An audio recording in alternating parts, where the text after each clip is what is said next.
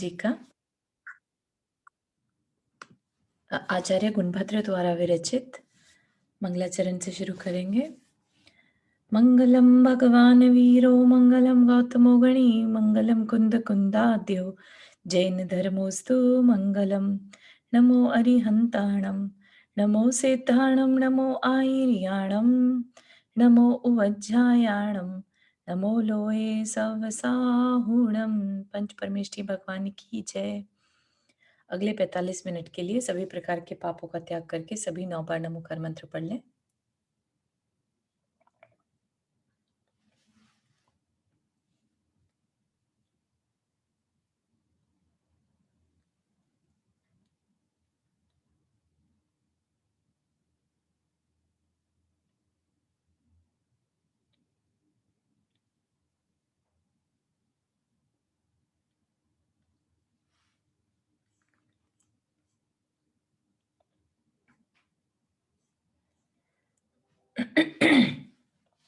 चलिए, तो हमने कल 2 तीर्थंकरों की बड़े शॉर्ट में कहानी पढ़ी थी। आज हम पढ़ेंगे 8वें चक्रवर्ती सुभौम चक्रवर्ती की कथा, ठीक है? जो कि अरनाथ भगवान के समय में हुए। उनके मोक्ष जाने के बाद हुए भले, लेकिन उनके समय में कहे जाएंगे, ठीक है? इसलिए उनको इसी चैप्टर के अंदर में रखा। चारों में कोई आवाज कम आ रही है, सबको ही आवाज कम आ रही मालूम। एक बार कंफर्म कर दें सभी। नहीं ठीक है, बड़ी है। शायद फिर से लॉगिन करना रेखा जी आप। हाँ ठीक है, आवाज तो ठीक ही आ रही है। चलिए। अतःनंतर इन्हीं अरनाथ भगवान के तीर्थ में सुभौम नाम का चक्रवर्ती हुआ था। वह तीसरे जन्म में इसी भरत क्षेत्र में भूपाल नाम का राजा था। तीसरे जन्म में मतलब जब सुभौम चक्रवर्ती था उससे पहले से पहला, ठीक है? किसी समय राजा भूपाल युद्ध में विजय की इच्छा रखने वाले विजिगीषु राजाओं के द्वारा हार गया। मान भंग होने के कारण वह संसार से इतना विरक्त हुआ कि उसने संभूत नामक गुरु के समीप जैनेश्वरी दीक्षा धारण कर ली। उस दुर्बुद्धि ने तपश्चरण करते समय निदान कर लिया। चारू सॉरी, एक्चुअली फिर से यहाँ से पढ़ दोगे? किसी समय राजा वो सॉरी, आई एम सॉरी। हाँ श्योर। किसी समय राजा भूपाल, है ना, ये शुभम चक्रवर्ती के 2 भाव पहले का जीव है, तो वह राजा भूपाल था। तो राजा भूपाल युद्ध में विजय की इच्छा रखने वाले विजिगीषु राजाओं के द्वारा हार गया। ठीक है, अब राजा है लेकिन हार हर एक को स्वीकार हो ये जरूरी नहीं है ना? तो मान भंग होने के कारण वह संसार से इतना विरक्त हुआ कि उसने संभूत नामक गुरु के समीप जैनेश्वरी दीक्षा धारण कर ली। अब क्या होता है कि जब हम तकलीफ, जरूरी नहीं है कि हम सम्यक्त्व पूर्वक ही मतलब विरक्त हो, है ना? तो ये राजा ने किस कारण से विरक्ति ली? मान भंग होने के कारण।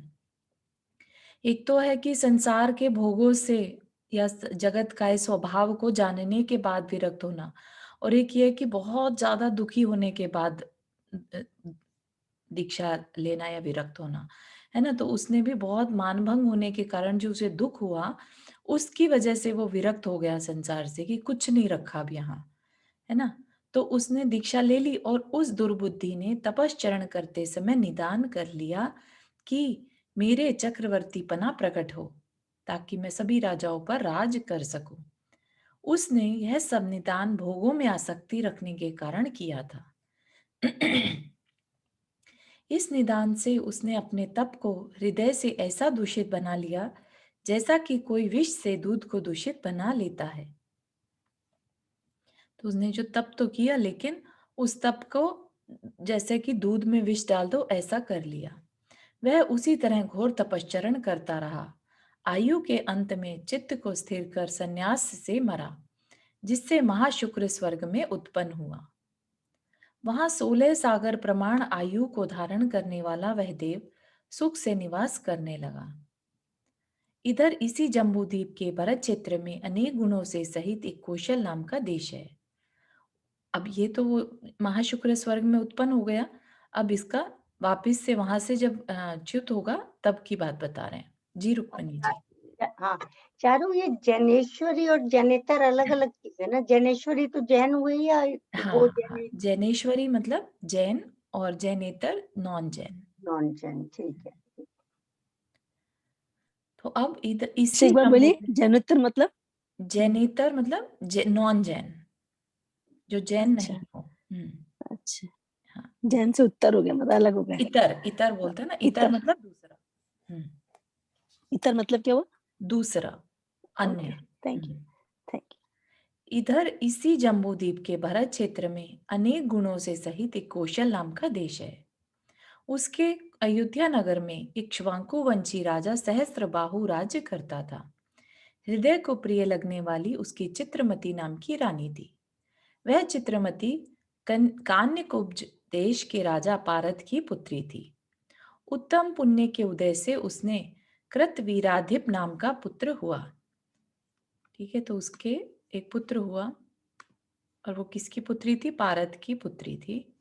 और उसके कृतवीराधिपत नाम का पुत्र हुआ, जो दिन प्रतिदिन बढ़ने लगा।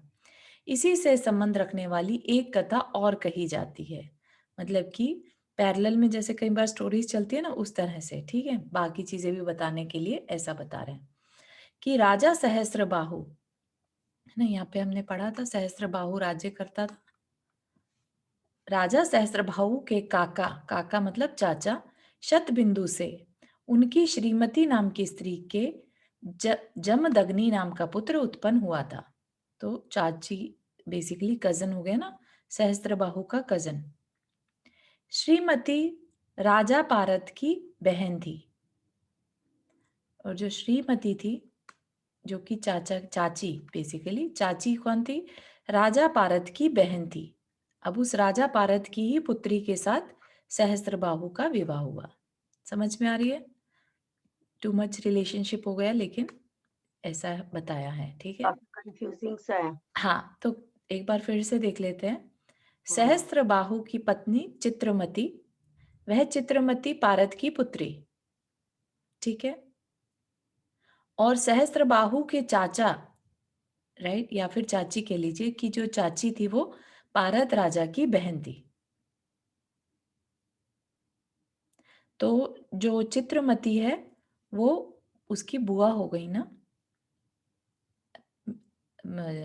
श्रीमती जो है वो चित्रमती की बुआ हो गई, और श्रीमती जो है सहस्त्रबाहु की चाची। ठीक है, तो बेसिकली दोनों रिलेटेड थे। तो एक के पुत्र हुआ कृतवीराधिप और एक के पुत्र हुआ जमदग्नि। ठीक है, तो सहस्त्रबाहु का पुत्र कृतवीराधिप और चाचा का पुत्र जमदग्नि। ठीक है, कुमार अवस्था में ही जमदग्नि की मां मर गई थी, इसलिए विरक्त होकर वह तापस हो गया और पंचाग्नि तप करने लगा। इसी से संबंध रखने वाली एक कथा और है। ठीक है, यहां तक समझ में आया? एक दृढ़ग्राही नाम का राजा था। उसकी हरि शर्मा नाम के ब्राह्मण के साथ अखंड मित्रता थी। इस प्रकार उन दोनों का समय बीतता रहा। किसी एक दिन दृढ़ग्राही राजा ने जैन तप धारण कर लिया और हरि शर्मा ब्राह्मण ने भी तापस के व्रत ले लिए।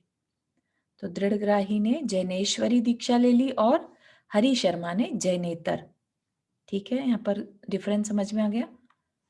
तापस जो है वो जैनेतर है, जिसमें तपस्या करते हैं और शरीर को कष्ट देते हैं, लेकिन बिना जाने कि हमें क्यों करना है। हरि शर्मा ब्राह्मण आयु के अंत में मरकर ज्योतिर्लोक में उत्पन्न हुआ। हरि शर्मा ब्राह्मण जो था वो नीचे की जाति के देवों में उत्पन्न हुआ, ज्योतिष देव हुआ, और दृढ़ग्राही जो था सौधर्म स्वर्ग में देव हुआ।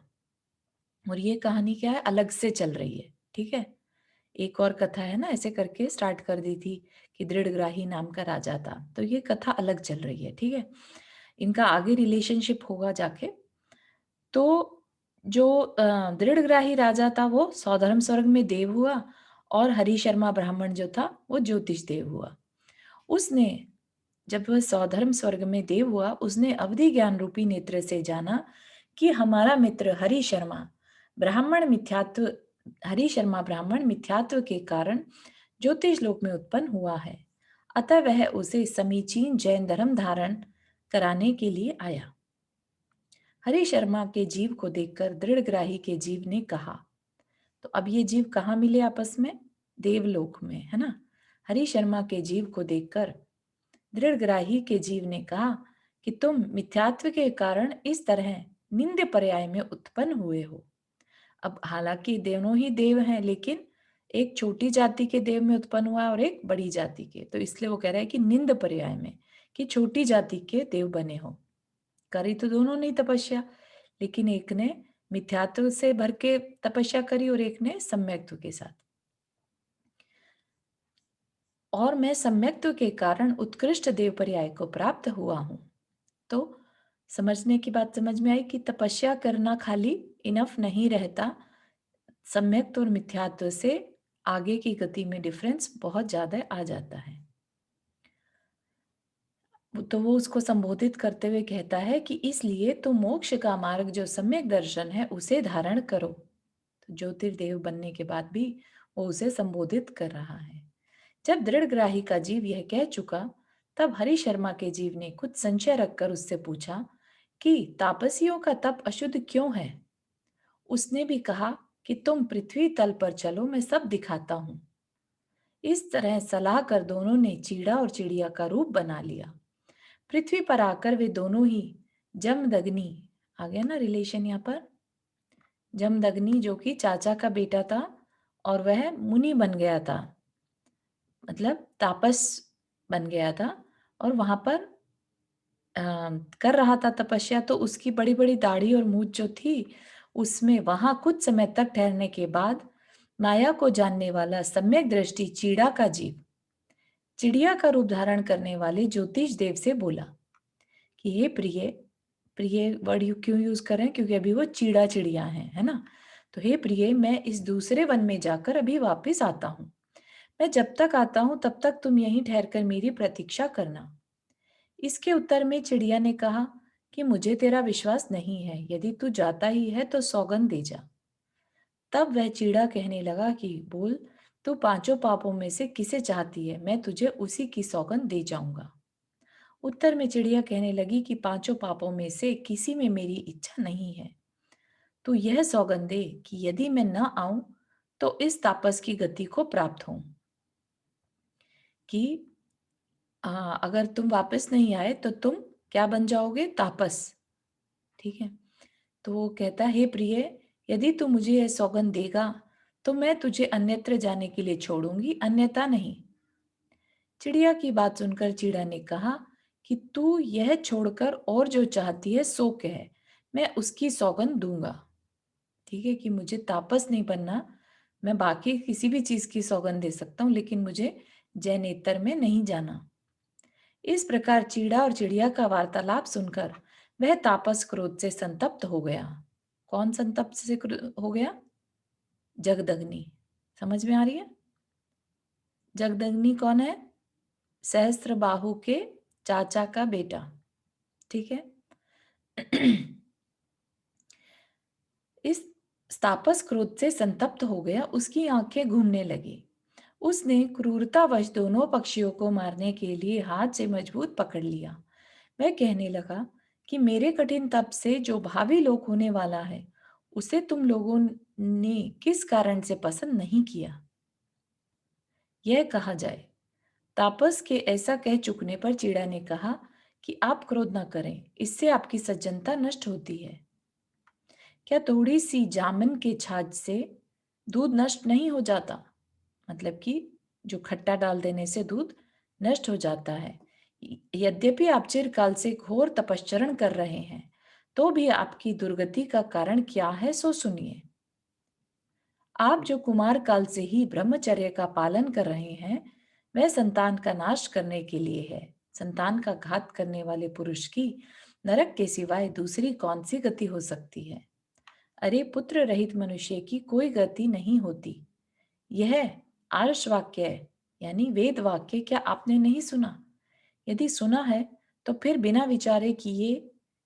विचार किए ही क्यों इस तरह दुर्बुद्धि होकर क्लेश उठा रहे हैं? उसके मंद वचन सुनकर उस तापस ने उसका वैसा ही निश्चय कर लिया। सो ठीक ही है, क्योंकि स्त्री जनों में आसक्त रहने वाले मनुष्यों के अज्ञान तप की यही भूमिका है। ये दोनों पक्षी मेरा उपकार करने वाले हैं, ऐसा समझकर उसने दोनों पक्षियों को छोड़ दिया। तो जगदग्नि ने उन दोनों को छोड़ दिया और अब क्या करता है वो देखते हैं। इस तरह उन दोनों देवों के द्वारा ठगाया हुआ दुर्बुद्धि तापस कन्याकुब्ज नगर के राजा पारद की ओर चला, जहां पर सहस्त्रबाहु की पत्नी का घर है ना। वह मानो इस बात की घोषणा ही करता जाता था कि अज्ञानपूर्ण वैराग्य स्थिर नहीं रहता। वहां अपने मामा पारद को देखकर उस निर्लज ने अपने आकार मात्र से ही यह प्रकट कर दिया कि मैं यहाँ कन्या के लिए ही आया हूँ। राजा पारद ने उसकी परीक्षा के लिए 2 आसन रखे, एक राग रहित और दूसरा राग सहित। दोनों आसनों को देखकर वह राग सहित आसन पर बैठ गया। उसने अपने आने का वृत्तांत राजा के लिए बतलाया। उसे सुनकर राजा पारद बड़े खेद से कहने लगा कि इस अज्ञान को धिक्कार हो, धिक्कार हो। फिर राजा ने कहा, मेरी 100 पुत्रियां हैं। अपने ही मामा से कह रहा है ना। मामा उससे क्या कहता है, फिर राजा ने कहा, मेरी 100 पुत्रियां हैं, इनमें से जो तुम चाहोगे वह तेरी हो जाएगी। राजा के ऐसा कहने पर जमदग्नि कन्याओं के पास गया। उनमें से कितनी ही कन्याएं जिसका शरीर तप से जल रहा है, ऐसे जमदग्नि को अधजला मुर्दा मानकर ग्लानि से भाग गईं और कितनी ही भय से पीड़ित होकर चली गईं। लज्जा से पीड़ित हुआ वह मूर्ख तापस उन सब कन्याओं को छोड़कर धूली में खेलने वाली एक छोटी सी लड़की के पास गया और केला का फल दिखाकर कहने लगा, क्या तुम मुझे चाहती है? लड़की ने कहा कि हाँ, चाहती हूँ। तापस ने जाकर राजा से कहा कि यह लड़की मुझे चाहती है। इस प्रकार वह लड़की को लेकर वन की ओर चला गया। पद पद पर लोग उसकी निंदा करते थे। वह अत्यंत दीन तथा मूर्ख था। जमदग्नि ने उस लड़की का रेणुकी नाम रखकर उसके साथ विवाह कर लिया। उसी समय से प्रवृत्ति ही धर्म है, यह कहावत प्रसिद्ध हुई है। जिस प्रकार श्रद्धा विशेष के मति ज्ञान और एक शुद्ध बार ज्ञान, इसका बताओगी, प्रवृत्ति ही धर्म है, इसका क्या मतलब हुआ? प्रवृत्ति ही धर्म है। हाँ, कि चारित्र ही धर्म है, जो मुझे यहाँ पर उसके कहने से समझ में आ रहा है ना। तो उसने क्या किया, वहां पर लड़की, छोटी सी लड़की के साथ शादी कर ली है ना, तो धर्म से तो विमुख हो ही गया है हाँ ना। हाँ, तो प्रवृत्ति ही धर्म है कि जैसा चारित्र रहेगा वही अच्छा, धर्म। ठीक है। जिस प्रकार श्रद्धा विशेष के मति ज्ञान और श्रुत ज्ञान, ये 2 ज्ञान उत्पन्न होते हैं, अथवा किसी मुनिराज के तप के बाह्य तप और आभ्यंतर तप, ये 2 भेद प्रकट होते हैं, उसी प्रकार जमदग्नि के इंद्र और श्वेत राम नाम के 2 स्तुत्य पुत्र उत्पन्न हुए। ये दोनों ही पुत्र ऐसे जान पड़ते थे मानो लोगों को प्रिय क्या रहते, काम और अर्थ ही हो, अथवा मिले हुए नए और पराक्रम ही हो। ठीक है, तो उनकी उपमाएं दी जा रही हैं बेसिकली। उन इस प्रकार उन दोनों का कालसुख से बीत रहा था। एक दिन अरिंजय नाम के मुनि, जो कि रेणुकी के बड़े भाई थे, उसे देखने की इच्छा से उसके घर आए। तो जो पारत राजा की बेटी तो नहीं कहेंगे, आई डोंट थिंक बेटी को लेके गया, वहां पर ये नहीं लिखा है। 100 बेटियों में से तो किसी ने उसको पसंद नहीं किया, लेकिन एक छोटी सी लड़की जो वहां खेल रही थी उसको ले गए और उसका नाम रख दिया रेणुकी। तो एक दिन अरिंजय नाम के मुनि, जो कि रेणुकी के बड़े भाई थे, उसे देखने की इच्छा से उसके घर आए। रेणुकी ने विनय पूर्वक मुनि के दर्शन किए। तदनंतर पति से प्रेरणा पाकर उसने मुनि से पूछा कि हे पूज्य, मेरे विवाह के समय आपने मेरे लिए क्या धन दिया था, सो कहो। रेणुकी के ऐसा कहने पर मुनि ने कहा कि उस समय मैंने कुछ भी नहीं दिया। हे बत्रे, अब ऐसा धन देता हूं जो कि तीनों लोकों में दुर्लभ है, तू उसे ग्रहण कर। उस धन के द्वारा तू सुखों की परंपरा प्राप्त करेगी। यह कहकर उन्होंने व्रत से संयुक्त तथा शील की माला से उज्जवल सम्यक्त रूपी धन प्रदान किया। तो सम्यक्त रूपी धन प्रदान किया मतलब सम्यक्त का मतलब उसे समझाया, जिससे उसके अंदर सम्यक्त का सम्यक दर्शन हो गया। ठीक है ना। तो ऐसा उन्होंने उसको एक तरह से ज्ञान दान दिया। उन्होंने व्रत से संयुक्त तथा शील की माला से उज्जवल सम्यक्त्व रूपी धन प्रदान किया और काल लब्धि के समान उनके वचनों से प्रेरित हुई रेणुकी ने कहा कि मैंने आपका दिया सम्यक दर्शन रूपी धन ग्रहण किया है। मुनिराज इस बात से बहुत ही संतुष्ट हुए। उन्होंने मनोवांछित पदार्थ देने वाली कामधेनु नाम की विद्या और मंत्र सहित एक फरसा भी उनके लिए प्रदान किया। फरसा यहाँ पर किसी को मालूम है क्या होता है? मतलब एक अस्त्र हुआ। लकड़ी को तोड़ता है ना बीच से, अच्छा, अच्छा, हाँ अलग, लाइक हाँ हाँ, आरी, अलग करने के लिए। कुल्हाड़ी आरी, कुल्हाड़ी कुल्हाड़ी type, हाँ, कुल्हाड़ी कुल्हाड़ी। से थोड़ा अलग शेप रहता है इसका। अच्छा, हाँ, हाँ, हसिया टाइप का, बहुत अच्छा, थैंक यू। तो दो चीजें दी, ठीक है। किसी दूसरे दिन पुत्र कृतवीर के साथ उसका पिता सहस्रबाहु उस तपोवन में आया। तो हम अब वापस से अब दोनों कहानियां मिल गई हैं ना, ठीक है ना। तो किसी दूसरे दिन पुत्र कृतवीर के साथ उसका पिता सहस्रबाहु उस तपोवन में आया जहां पर की रेणुकी रहती थी। भाई एक होने के सेकंड, कारण एक सेकंड। जी, ये जो कृतवीर है, जो पिता जी। सहस्त्रबाहु, तो कृतवीर की तो लड़की थी नहीं है, इसकी सहस्त्रबाहु की तो लड़की थी नहीं है। ये इसकी लड़की नहीं है। हाँ, हाँ, वही तो तो कृतवीर के ये साथ उसका। पुत्र कृतवीर मतलब पिता सहस्त्रबाहु। क्या कहना चाह रहे हैं, बताना चाह रहे हैं कि दोनों पिता पुत्र सहस्त्रबाहु अपने पुत्र के साथ उस तपोवन में आया, अच्छा अच्छा, ठीक है। ठीक। भाई होने के कारण जमदग्नि ने सहस्त्रबाहु से कहा, भाई कैसे है, चाचा का बेटा है ना जमदग्नि सहस्त्रबाहु के, है ना, तो कजन हो गया, हाँ हाँ। है ना। तो जमदग्नि ने सहस्त्रबाहु से कहा कि भोजन करके जाना।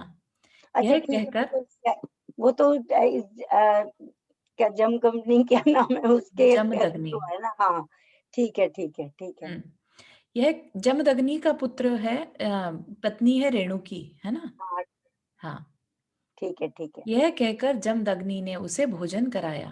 कृतवीर ने अपनी माँ की छोटी बहन रेणुकी से पूछा कि भोजन में ऐसी सामग्री तो राजाओं के घर भी नहीं होती, फिर तपोवन में रहने वाले आप लोगों के लिए यह सामग्री कैसे प्राप्त हुई। उत्तर में रेणुकी ने कामधेनु विद्या की प्राप्ति आदि का सब समाचार सुना दिया। मोह के उदय से आविष्ट हुए उस अकृतज्ञ, अकृतज्ञ मतलब जो दूसरे का एहसान न माने, है ना, उनने तो चारू, उसको एक भोजन सेकंड, कराया। एक सेकंड रुकोगे तुम? सॉरी डिस्टर्ब करने के लिए। जैसे कृतवीर ने अपनी माँ की छोटी बहन, हम्म, तो अपनी माँ तो ये हो गई कि उसकी उसकी लड़की ही हो गई है, इसका मतलब पारत, हाँ, ये। पारत राजा की हाँ, इसका बेटी मतलब ही हो गई। भारत राजा की नहीं, सहस्त्रबाहु की। वो तो सहस्त्रबाहु के साथ आया ना ये कृतवीर। तो हम्म, कृतवीर के साथ उसका पिता सहस्त्रबाहु उस तपोवन में आया। नहीं, माँ की छोटी बहन रुक्मिणी हाँ, है। तो माँ की छोटी बहन तो माँ पिता के साथ आया, तो सहस्त्रबाहु की जो लड़की वाइफ है, उसकी हम्म, छोटी बहन, तो सहस्त्रबाहु के पास ही तो ये गया था ना जब तक ये, या नहीं? जमदग्नि, हाँ, जमदग्नि के पास सहस्त्रबाहु, सहस्त्रबाहु की पत्नी तो चित्रमती हुई ना, हाँ, चित्रमती उनकी पत्नी थी जो कि पारत, जिनकी पुत्री हुई पारत। पारत की पुत्री थी, है ना। और पारत ने ही अपनी, तो इट सीम्स कि रेणुकी जो है वो पारत की ही पुत्री है, राइट। तो रेणुकी और चित्रमती जो है बहनें हो गई, है ना। तो कृतवीर ने अपनी माँ की छोटी बहन, हाँ, ठीक है, चित्रमती की बहन हो गई ना रेणुकी। तो इसका मतलब तो वो उन्हीं की पारत की ही लड़की हाँ थी। हाँ हाँ हाँ, मतलब कोई छोटी थी, वो बड़ी वाली से अलग, वो छोटी वाली ने कह दिया। हाँ, ठीक हाँ, है। तो इसका मतलब ये हुआ अरिंजे जो है वह रेणुकी के भाई तभी होंगे जब वो पारत के पुत्र थे, है ना। पारत के पुत्र, हाँ। ठीक है, ठीक है ठीक है। चलिए। तो उसने पूछा कि भई ये कैसे तुम्हारे यहाँ इतना अच्छा भोजन है, ऐसा तो राजाओं के घर भी नहीं होता। तो उसके उत्तर में रेणुकी ने बोला, बता दिया कि मुझे ऐसे मुनि ने कामधेनु विद्या दी है। तो मोह के से आविष्ट हुए उस अकृतज्ञ कृतवीर ने रेणुकी से वह कामधेनु विद्या मांगी। रेणुकी ने कहा कि हे तात, यह कामधेनु तुम्हारे वर्णाश्रमों में गुरु जमदग्नि की होमधेनु है, अतः तुम्हारी ये याचना उचित नहीं है। रेणुकी के इतना कहते ही उसे क्रोध आ गया। वह क्रोध के वेग से कहने लगा कि संसार में जो भी श्रेष्ठ धन होता है वह राजाओं के योग्य होता है। क्योंकि यहाँ पर वो कह रही है कि तुम्हारा ऐसा मांगना उचित नहीं है, तो वो कहता है कि सब राजाओं के लिए सब योग्य है। कंद मूल और फल खाने वाले लोगों के द्वारा ऐसी कामधेनु भोगने योग्य नहीं हो सकती। ऐसा कहकर वह कामधेनु को जबरदस्ती लेकर जाने लगा। तब जमदग्नि ऋषि रोकने के लिए उसके सामने खड़े हो गए। कुमार्गगामी राजा कृतवीर जमदग्नि को मारकर तथा अपना मार्ग उल्लंघन कर नगर की ओर चला गया। इधर कृशोदरी मतलब कृष है उधर जिसका, राइट, तो कमजोर रेणुकी पति की मृत्यु से रोने लगी। तदनंतर उसके दोनों पुत्र जब फूल कंद मूल तथा फल आदि लेकर वन से लौटे तो यह सब देख आश्चर्य से पूछने लगे कि यह क्या है। सब बात को ठीक ठीक समझकर उन्हें क्रोध आ गया।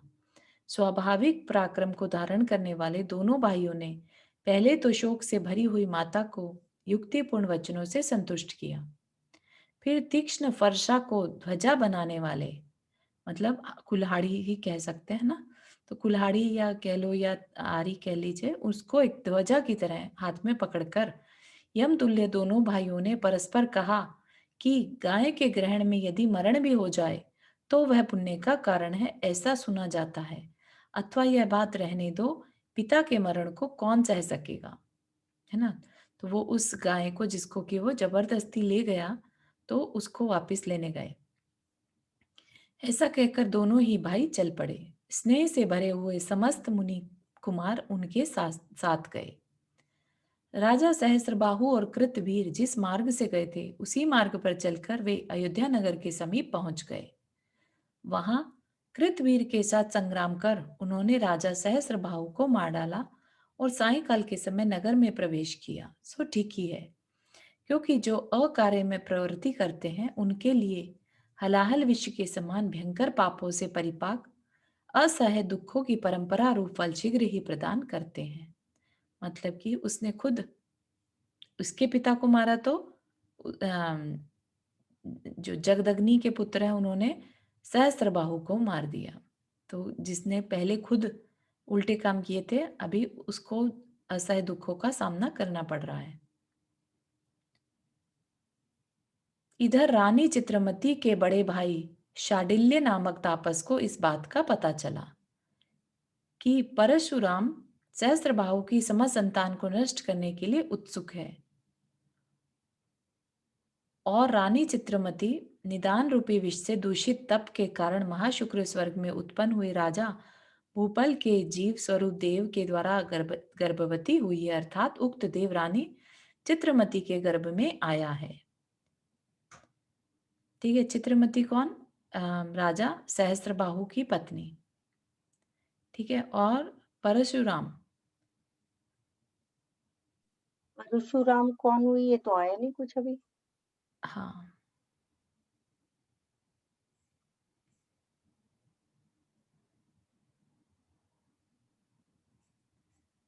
परशुराम जो है ये ब्राह्मणों में तापस हैं बेसिकली, है ना। अच्छा, वो लिखा है किसी ने कि one of the sons of Jamadagni, Jamadagni, हाँ स्वाति जैन ने लिखा। हाँ, अच्छा, ठीक है। तो पर जमदग्नि के, अच्छा वो पहले पहले जो जमदग्नि के थे उनके थ्रू होंगे कोई। हाँ हम्म। ठीक है, तो अभी इतनी इन्फॉर्मेशन रखते हैं कि परशुराम कौन है? जमदग्नि का पुत्र है और बहुत क्रोधित है। ठीक है, इधर रानी चित्रमती के बड़े भाई शाडिल्य नामक तापस को इस बात का पता चला कि परशुराम सहस्त्रबाहु की समस्त संतान को नष्ट करने के लिए उत्सुक है। और रानी चित्रमती किसका गर्भ लिए हुए है? कौन आने वाला है गर्भ में? जो राजा भूपाल महाशुक्र स्वर्ग में उत्पन्न हुआ था उसका जीव अब रानी चित्रमती के गर्भ में आया है। जो ही शाडिल्य को इस बात का पता चला त्यों ही वह बहन चित्रमती को लेकर अज्ञात रूप से चल पड़ा। ठीक है, तो उसको प्रेग्नेंट को ही लेकर, क्योंकि सहस्त्रबाहु को तो परशुराम या उसके पुत्रों ने, जगदग्नि के पुत्रों ने मार डाला था, है ना। तो शांडिल्य जो कि तापस था और चित्रमती का भाई था, वह चित्रमती को लेकर वहां से चुपचाप निकल जाता है और सुबंधु नामक निर्ग्रंथ मुनि के पास जाकर उसने सब समाचार कह सुनाए। तो चित्रमती को लेकर जब वो पहुंचा तो सुबंधु नामक मुनि के पास पहुंचा। हे आर्य, मेरे मठ में कोई नहीं है। मठ होता है नॉन जेन्स में, है ना। तो मेरे मठ में कोई नहीं है, इसलिए मैं वहां जाकर वापस आऊंगा। जब तक मैं वापस आऊं तब तक यह देवी यहाँ रहेगी। यह कहकर वह चित्रमती को सुबंधु मुनि के पास छोड़कर अन्यत्र चला गया। इधर रानी चित्रमती ने पुत्र उत्पन्न किया। वह बालक भरत क्षेत्र का भावी चक्रवर्ती है, यह विचार कर वन देवताओं ने उसे शीघ्र ही उठा लिया। इस प्रकार वन देवियां जिसकी रक्षा करती हैं, ऐसा वह बालक धीरे धीरे बढ़ने लगा। जब कुछ दिन व्यतीत हो गए तब एक दिन रानी ने मुनि से पूछा कि हे स्वामिन, यह बालक पृथ्वी का आश्लेषण करता हुआ उत्पन्न हुआ था, अतः अनुग्रह करके इसके शुभ अशुभ का निरूपण कीजिए। है ना, पृथ्वी पर ही उत्पन्न हुआ एक तरह से। तो पृथ्वी का आश्लेषण मतलब पृथ्वी को छूता हुआ, है ना, पृथ्वी पर ही जन्म लिया इसने। एक चक्रवर्ती होने वाला है, लेकिन उसका जन्म जंगल में, एकदम जैसे हमने पद्म पुराण जी में हनुमान जी का पढ़ा था ना, उसी तरह से इनका भी जन्म जंगल में हुआ। हनुमान जी भी, और मेरे ख्याल तो सीता के भी दोनों बच्चे जंगल में नहीं हुए हाँ, थे। बिल्कुल सही। लवकुश भी इसी तरह से जंगल में हुए। इस प्रकार रानी के कहने पर मुनि कहने लगे कि हे अम्ब, यह बालक 16वें वर्ष में अवश्य ही चक्रवर्ती होगा, और चक्रवर्ती होने का यह चिन्ह होगा कि यह बालक अग्नि में जलते हुए चूल्हे के ऊपर रखी कढ़ाई के घी के मध्य में स्थित गरम गरम पुओं को निकालकर खा लेगा। इसलिए तू किसी प्रकार का भय मत कर। इस प्रकार दया से परिपूर्ण सुबंधु मुनि ने दुखिनी रानी चित्रमती को अत्यंत सुखी किया। तदनंतर बड़ा भाई शांडिल्य नाम का तापस आकर उस चित्रमती को अपने घर ले गया। यह बालक पृथ्वी को छूकर उत्पन्न हुआ था, इसलिए शांडिल्य ने बड़ा भारी उत्सव कर प्रेम के साथ उसका सुभौम नामक नाम रखा। भौम होता है पृथ्वी, है ना, सुभौम नाम रखा। वहां पर वह उपदेश के अनुसार निरंतर प्रयोग सहित समस्त शास्त्रों का अभ्यास करता हुआ गुप्त रूप से बढ़ने लगा। गुप्त रूप से मतलब ये नहीं किसी को पता चला कि ये राजा सहस्त्रबाहु का पुत्र है। इधर जिनका उग्र पराक्रम बढ़ रहा है, ऐसे रेणुकी के दोनों पुत्रों ने 21 बार क्षत्रिय वंश को निर्मूल नष्ट किया। ठीक है, तो इधर तो ये गुप्त रूप से बढ़ रहा है, उधर रेणुकी के जो दोनों पुत्र हैं वो क्षत्रिय वंश को पूरी तरह से नष्ट करने पर लगे हैं। पिता के मारे जाने से जिन्होंने बैर बांध लिया, ऐसे उन दोनों भाइयों ने, लुक्स लाइक दोनों भाइयों में से एक का नाम परशुराम है। ठीक है, उन दोनों भाइयों ने अपने हाथ से मारे हुए समस्त राजाओं के सिरों को एकत्र रखने की इच्छा से पत्थर के खंभों में संग्रहित कर रखा था। तो सारे राजाओं के जो सिर थे उन्होंने इकट्ठे बांध रखे थे। इस तरह दोनों भाई मिलकर समस्त पृथ्वी की राजलक्ष्मी का अच्छी तरह उपभोग करते थे। किसी एक दिन निमित्त कुशल नाम के निमित्त ज्ञानी ने, निमित्त ज्ञानी मतलब जो फ्यूचर को प्रेडिक्ट कर सके, है ना, तो निमित्त कुशल नाम के निमित्त ज्ञानी ने फरसा के स्वामी राजा इंद्रराम, है ना, तो वही परशुराम इंद्रराम से कहा, आपका शत्रु उत्पन्न हो गया है, इसका प्रतिकार कीजिए। इसका चारू, एक विश्वास बात कैसे? बताओगी, जी, ये जो राजा भोपाल थे, इन्होंने कुछ, भूल गई मैं कि इसमें आज ही पढ़ा वैसे, तो ये क्या अच्छा किया था कि जो स्वर्ग में गए और फिर अभी तक हाँ, कुछ निदान इन्होंने, बांधा था ना। हाँ, दुखी दुखी होकर मान भंग होने पर हाँ, जो तपस्या ठीक है, करी थी। ठीक है, आ गया याद, निदान बांध लिया था कि मैं चक्रवर्ती बनूं। ठीक है, हम्म। ठीक। तो जो इंद्रराम है वो पूछते हैं कि मैं कैसे मान लूं? यदि आप जानना चाहते हैं तो मैं कहता हूं, मारे हुए राजाओं के जो दांत आपने इकट्ठे किए हैं, वे जिसके लिए भोजन रूप परिणत हो जाएंगे वही तुम्हारा शत्रु होगा। मतलब कि क्या, कि आप ये जो मरे हुए राजा हैं, इनके दांत अगर किसी के सामने भी रखेंगे और अगर वो वहां पर उसके सामने रखने से वो खाने जैसी सामग्री में चेंज हो जाएंगे, अगर इसका मतलब वही आपका शत्रु है। ठीक है। तो निमित्त ज्ञानी का कहा सुनकर परशुराम ने उसका चित्त में विचार किया, इस बात का चित्त में विचार किया और उत्तम भोजन कराने वाली दानशाला खुलवाई। किस आशय से खुलवाई?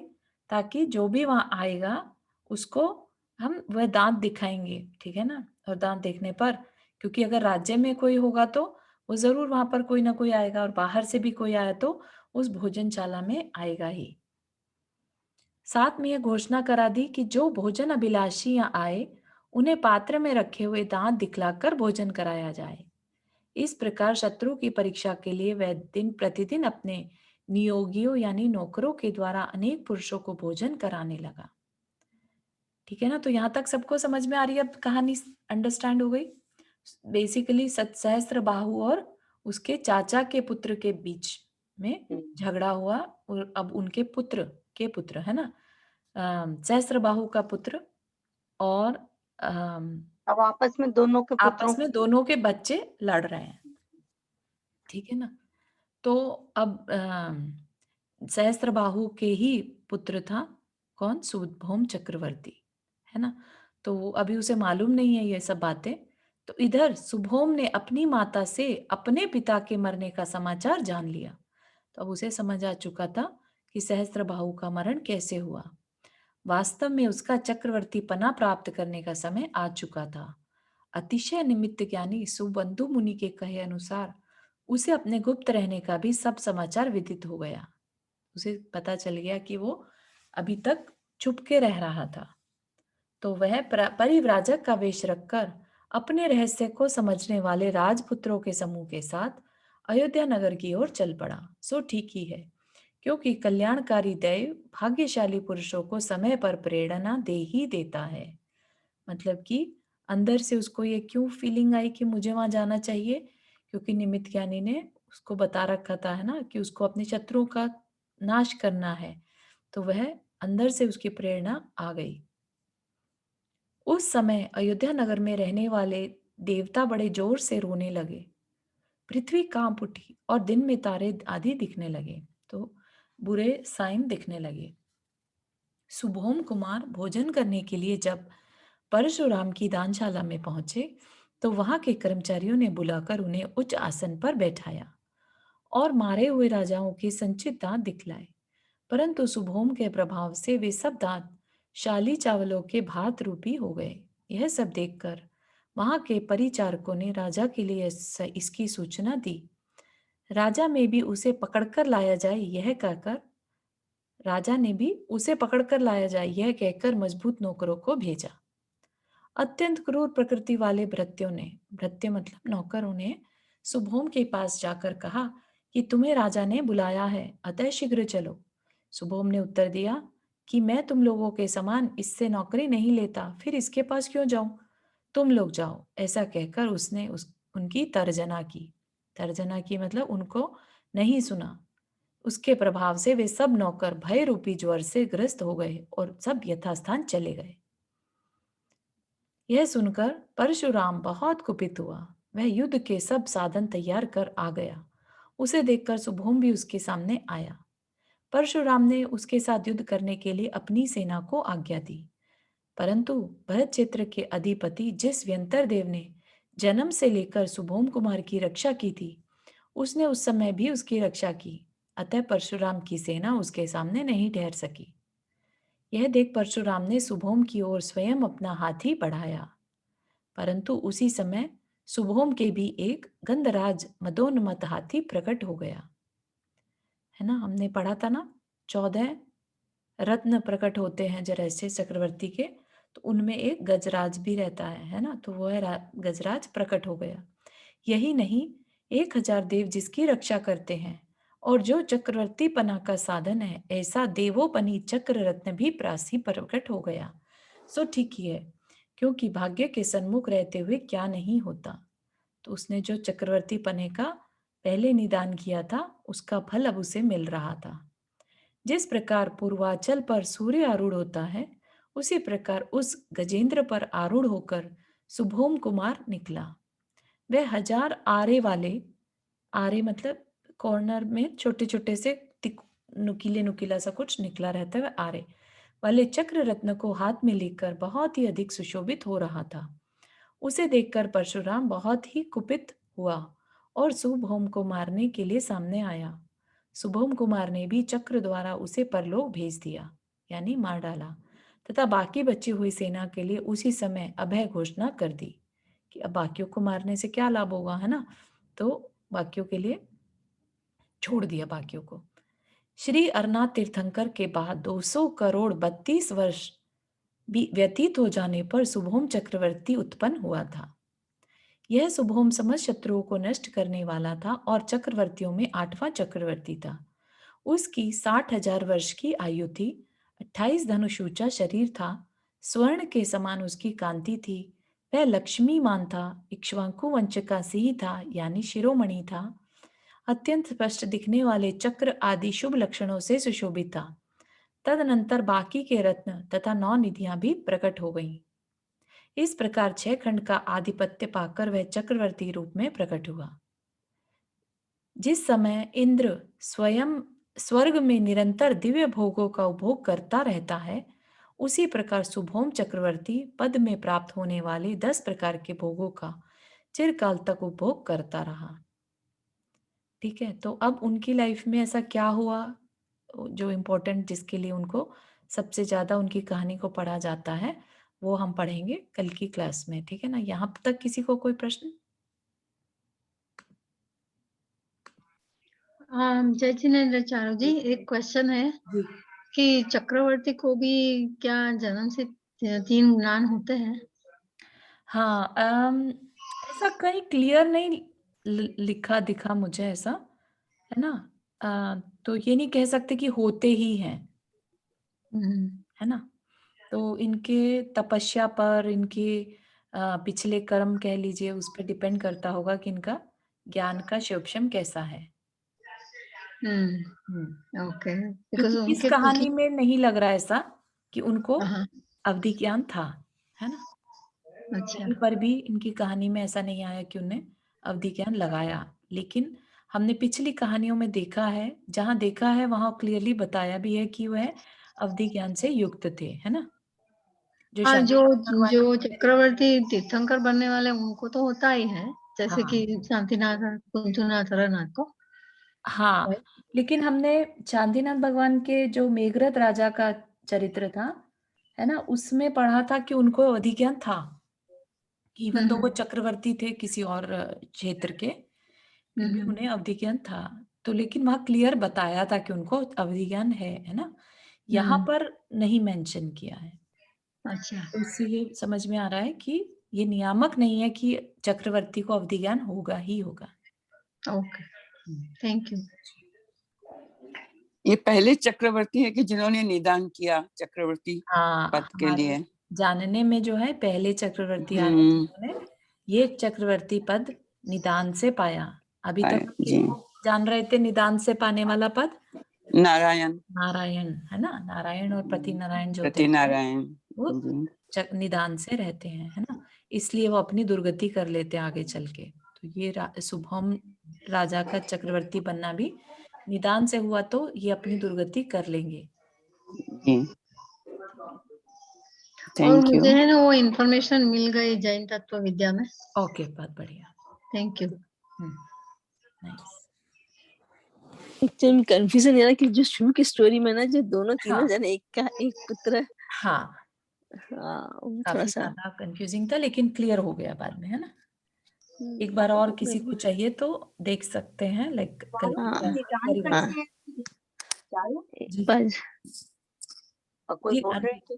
अच्छा, एक सेकंड, पूर्णिमा जी बोलने में नहीं कुछ नहीं बोली थी, दोबारा एक बार करके देख सकते हैं, चालू तो जो टाइम होगा तो निदान देख लीजिएगा। करते हैं तो इसका मतलब उनका भाव खराब होगा ही होगा, जो निदान करके ऐसे बनते हैं। हाँ जी, हाँ जी, निदान करके एक तरह से उन्होंने अपने पुण्य को खत्म कर दिया। अच्छा, हाँ, ठीक। पाप का बंद कर लिया ना उन्होंने निदान हाँ, से। ठीक है, ठीक है। जी, तो कहानी कल पढ़ेंगे पूर्णिमा जी, थोड़ा सा समराइज हाँ स्टार्टिंग में हाँ ठीक बात है। क्लास में, है ना। हाँ तो अब जिनवानी स्तुति कर लेते हैं। जावन के ज्ञान से सूझे लोकालोक, सोवाणी मस्तक धरो सदा दे तू दो। हे जिनवाणी भारती तो ही जपो दिन रैन, जो तेरा शरणा गहे सो पावे सुख चैन। 9 बार नमकर में।